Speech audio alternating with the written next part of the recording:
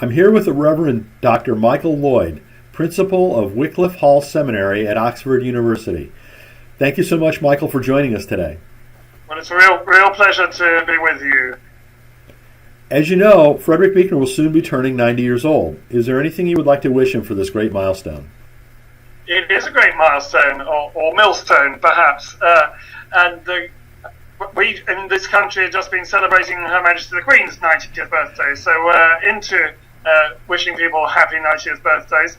And I think what I'd like to wish Mr. Buechner is precisely what he has given us, which is glimpses of glory. I shall be saying a little bit about that later on, but his writing seems to me to go beneath the surface to the glory that's trying to get out, however obscured, however fumbling, that it's there, and his writings show that, and just further glimpses of that is what I'd like him to be enjoying on his birthday.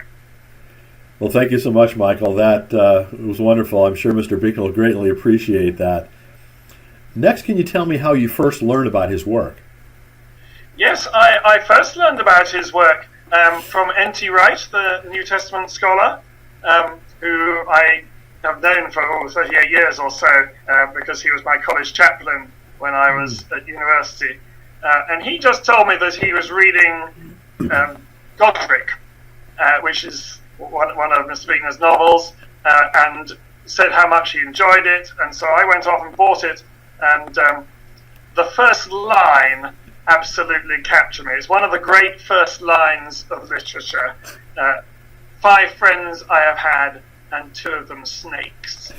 And it just makes you want to go and read the rest of the book. It's a bit like Jane Austen's Pride and Prejudice. The first line of that, of course, is famous. It's the truth, universal knowledge. Or G.K. Chesterton's Napoleon of Notting Hill, the human race to which so many of my readers belong. Again, it kind of makes you want to read on, and it's a fabulous novel, and that's where I began my acquaintance with his writing. Oh, that's really great. Those are really wonderful examples, too. What would you say that most attracts you about Mr. Buechner's writing? Well, am I allowed 4 things? I think he captures, I think, almost better than any writer I know, 4 things. The depths of lostness. There's a wonderful quotation in one of his sermons, which is, if, unlike Moses, we have never taken anybody's life, we have again and again withheld from other people the love that might have made their lives worth living. Now that, for me, just convicts me and makes me see the kind of degrees of lostness from which everything else negative flows. And so I think he captures that well in a way that's not getting at me, not preaching at me, not attacking me, condemning me, but just identifying what's wrong with all of us. And I find that really helpful. The second, I think, is the depths of longing within each human heart. The wonderful phrase, again, in one of his sermons, unpicking the phrase, and we will dwell in the house of the Lord forever, and saying of it, it's a house that is older than Eden and dearer than home. That sense of longing that each person has, I think, and which we need to kind of understand and to name somehow.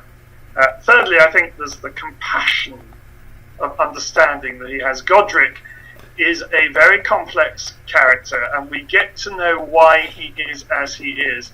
And I think we recognize in him the complexity that we know to be true of ourselves, and that gives us a compassion for him that I think we could well apply to other people. And then lastly, as I say, the kind of glimpses of glory that he gets, rather like George Herbert's "A man that looks on glass, on it may stay his eye, or if he pleaseth through it pass, and then the heavens aspire." That seems to me to be what Frederick Buechner is doing so often. There's a wonderful passage about the call of the disciples, and say they saw the marvel of him arch across the greyness of things. And that's a bit of glory coming up through ordinary, mundane, dull, obscured living. And that, I think, is what, for me, I so treasure about his writing. Well, those are quite wonderful examples. Thank you, Michael. How would you say that Mr. Buechner's writing has influenced your career? I think he's encouraged me to be real about things, particularly in my preaching. There's a searing reality about how he describes how life is, how it feels, that does not efface the glory, but makes one take the glory seriously, because it's as if he really knows all extremities of life. And I think that's the encouragement to me, to listen to people's stories, to listen to people's pain, to be real about that when I speak, and to recognise that does not diminish the story one wants to tell about the revelation of God and his glory. Wonderful. You've mentioned Godric. Obviously, that's been a meaningful book for you. Are there others of Mr. Buechner's books that would you say stand out for you? I think that one very much so, even though maybe partly because it's the first one, it's like one's first love. Somebody once said to me, a man in his life has three loves: his first love, his true love, and Jane Austen. And Godric was my first love amongst the writings of Mr. Buechner. I think the collection of sermons, Secrets in the Dark, is another one that I particularly value and just go back to again and again. Yes, I totally agree with that. That's my favorite book of his, too. Yes. So more broadly speaking, what influence would you say that Mr. Buechner's had on Christianity and the world at large? Well, I think it has been to hold the very fact that the two key things for which he's known, the preaching and the writing, to hold those two together. Because I think the world needs its creative artists. I think the church needs its creative artists. I think one of the things at Wycliffe Hall that we're concerned about is to be a centre for the intellectual renewal of the church, and through the church of society.